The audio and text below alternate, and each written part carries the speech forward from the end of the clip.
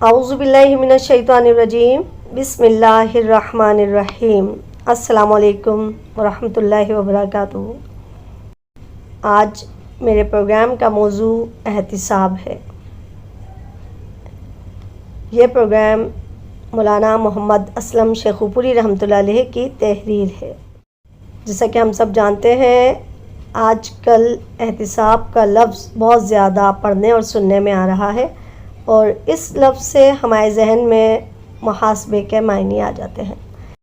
اسی طرح ہمارے دن اخبارات میں اقتدار سے محروم کیے جانے والے سیاستدانوں اور لیڈروں کے احتساب کے بارے میں اور حاضر ڈیوٹی حکمرانوں کے تہلکہ خیز بیانات اور ان کی بدعنوانیوں کے متعلق بہت سارا مواد، بہت ساری انفارمیشن، بہت ساری معلومات ہمیں سوشل میڈیا اور پرنٹ میڈیا، الیکٹرانک میڈیا کے ذریعے ملتی رہتی ہے۔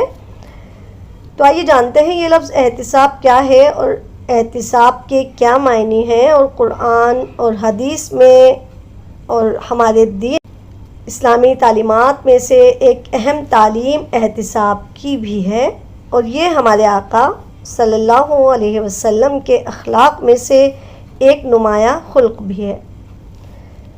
جیسا کہ میں نے آپ کو بتایا کہ لفظ احتساب اور سنتے ہی ہمارے ذہن میں محاسبے کے معنی آ جاتے ہیں، اور اس لیے ہمارے ذہنوں میں احتساب، محاسبہ اور گرفت کے معنی راسخ ہو چکے ہیں، جبکہ عربی زبان میں احتساب کے دو معنی زیادہ مشہور ہیں: شمار کرنا اور کافی ہو جانا۔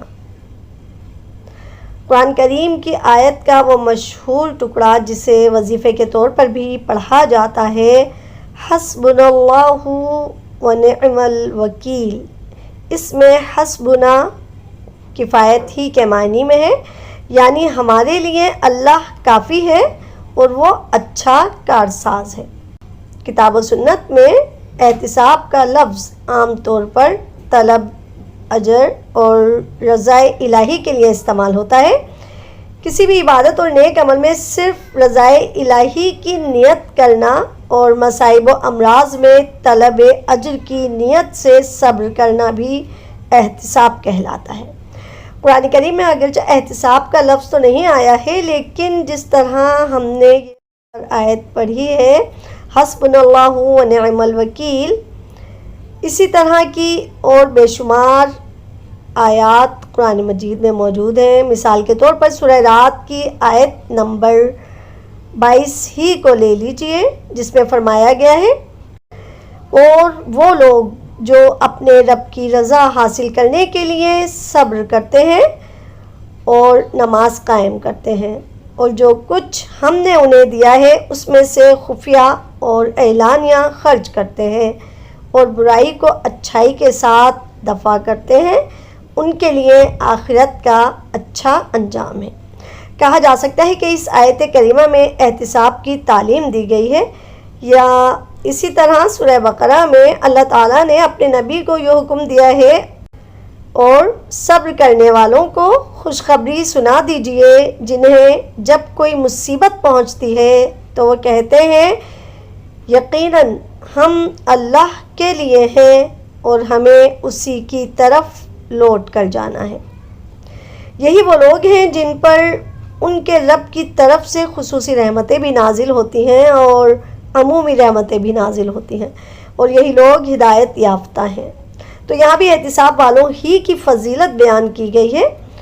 حضرت قتادہ ابو رحمۃ اللہ سورہ بقرہ کی اس آیت کے حوالے سے فرماتے تھے کہ جو شخص ایک مصیبت میں 3 انعامات الہی حاصل کرنا چاہتا ہے، وہ احتساب کے ذریعے حاصل کر سکتا ہے، یعنی خصوصی رحمت، عمومی رحمت اور ہدایت۔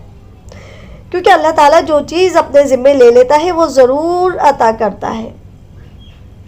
جب اس نے مصیبت اور پریشانی میں خالص اس کی رضا کے لیے صبر کرنے والوں کے ساتھ 3 انعامات کا وعدہ کیا ہے تو یقیناً وہ یہ 3 انعامات عطا کرے گا۔ جس طرح عرض کیا گیا ہے کہ قرآن کریم میں احتساب کا لفظ صراحتاً نہیں آیا ہے، البتہ احادیث میں یہ لفظ بار بار آیا ہے۔ مسند احمد کی وہ مشہور روایت جو حضرت ابی رضی اللہ عنہ سے منقول ہے وہ آپ نے ضرور سنی ہوگی، جس میں رسول کریم صلی اللہ علیہ وسلم نے ارشاد فرمایا، اللہ تعالیٰ نے رمضان کے روزے فرض کیے ہیں جبکہ میں نے اس کے قیام کا حکم دیا ہے۔ پس جو شخص رضا الہی کے لیے اس کے روزے رکھے گا اور قیام کرے گا، وہ گناہوں سے ایسے پاک ہو جائے گا جیسے اس دن پاک تھا جس دن اس کی ماں نے اسے جنا تھا۔ اسی سے ملتے جلتے الفاظ صحیح بخاری اور صحیح مسلم کی اس روایت میں بھی ملتے ہیں جو حضرت ابو ہریرہ رضی اللہ عنہ سے مروی ہے۔ اب تک جو کچھ عرض کیا گیا ہے اس سے آپ کو یقیناً یہ حقیقت بھی سمجھ میں آ گئی ہوگی کہ احتساب کا تعلق ظاہر سے زیادہ باطن کے ساتھ ہے اور اس کا مفہوم اخلاص کے بہت قریب اور مشابہ ہے۔ احتساب کی وجہ سے ایسے مباح اعمال بھی عبادت بن جاتے ہیں جنہیں بظاہر انسان دنیاوی ذمہ داری کے طور پر بجا لاتا ہے، جس طرح اہل و عیال کے نان نفقے ہی کو لے لیجئے، یہ ہر شخص کی شرعی، اخلاقی اور معاشرتی ذمہ داری ہے، لیکن جب وہ اپنے بیوی بچوں پر ارشاد باری تعالیٰ کی تعمیل اور رضا الہی کے حصول کی خاطر خرچ کرتا ہے تو اس ازدواجی فریضے کی ادائیگی کو بھی صدقہ اور نیکی شمار کیا جاتا ہے۔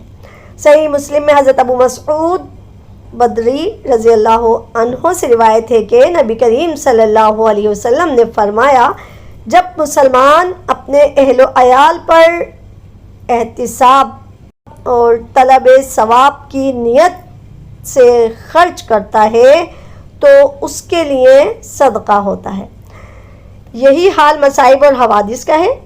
جب کسی حادثے یا مصیبت کے پیش آنے کی صورت میں کوئی شخص طلب ثواب کی نیت کر لیتا ہے تو بارگاہ الوہیت سے اسے جنت کی بشارت سنائی جاتی ہے۔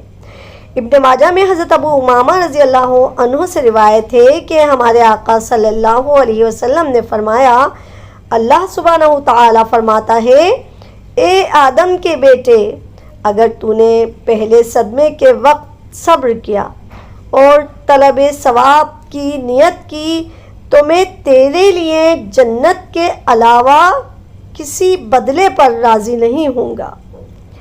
اللہ کی طرف سے جو مصیبت آنے والی ہے انسان اسے ٹال تو نہیں سکتا، البتہ اگر وہ رضا بالقضاء اور طلب ثواب کی نیت کر لے تو اس کے حق میں یہ مصیبت رحمت اور راحت بن سکتی ہے۔ حضرت ابو موسیٰ رضی اللہ عنہ سے روایت ہے کہ رسول اللہ صلی اللہ علیہ وسلم نے فرمایا، جب کسی کے بیٹے کا انتقال ہو جاتا ہے اللہ تعالیٰ فرشتوں سے سوال کرتا ہے، تم نے میرے بندے کے بیٹے کی روح قبض کر لی؟ وہ اس بات میں جواب دیتے ہیں، اللہ دوبارہ پوچھتا ہے، کیا تم نے میرے بندے کے لخت جگر کو موت دے دی؟ فرشتے عرض کرتے ہیں، جی ہاں۔ پھر رب تعالیٰ دریافت فرماتا ہے، جب تم نے ایسا کیا میرا بندہ کیا کہہ رہا تھا؟